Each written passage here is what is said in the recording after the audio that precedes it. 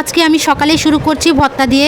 তো সকালে ঘুম থেকে উঠে আমি দেখো ভাত রান্না করে যে ভেন্ডি সেদ্ধ করে নিয়েছিলাম সেটাই ভর্তা করছি। ভেন্ডি ভর্তাটা প্রায় শেষের দিকে একদম। তো সকালে আজকে আমাদের এখানে হালকা হালকা বৃষ্টি পড়ছিল, তো ভাবলাম ঠান্ডা ঠান্ডা দিন যেহেতু ভর্তা ভাত খাওয়াই যায়। তো ভেন্ডি ভর্তা শেষ করে আর করব হচ্ছে কাঁঠালের বিচি আর আলু ভর্তা। তো তার জন্য আমি শুকনো মরিচ পেঁয়াজ রসুন ভেজে নিয়েছিলাম, তো সেগুলো আমি পাটায় বেটে একদম নিমিশ করে নিচ্ছি। আর কাঁঠালের বিচিগুলো আমরা পাটায় বাটি, না হলে শক্ত শক্ত নিমিশ হতে চায় না, তাই আমরা পাটায় বেটে একদম মিহি করি। তো এই যে অল্প অল্প করে আমি সবগুলো পাটাতে দিয়ে আস্তে আস্তে সবগুলো ভালোভাবে বেটে নেব। তো সংসারে একটা মেয়েকে প্রচুর দায়িত্ব পালন করতে হয়, এটা আসলেই বাস্তব।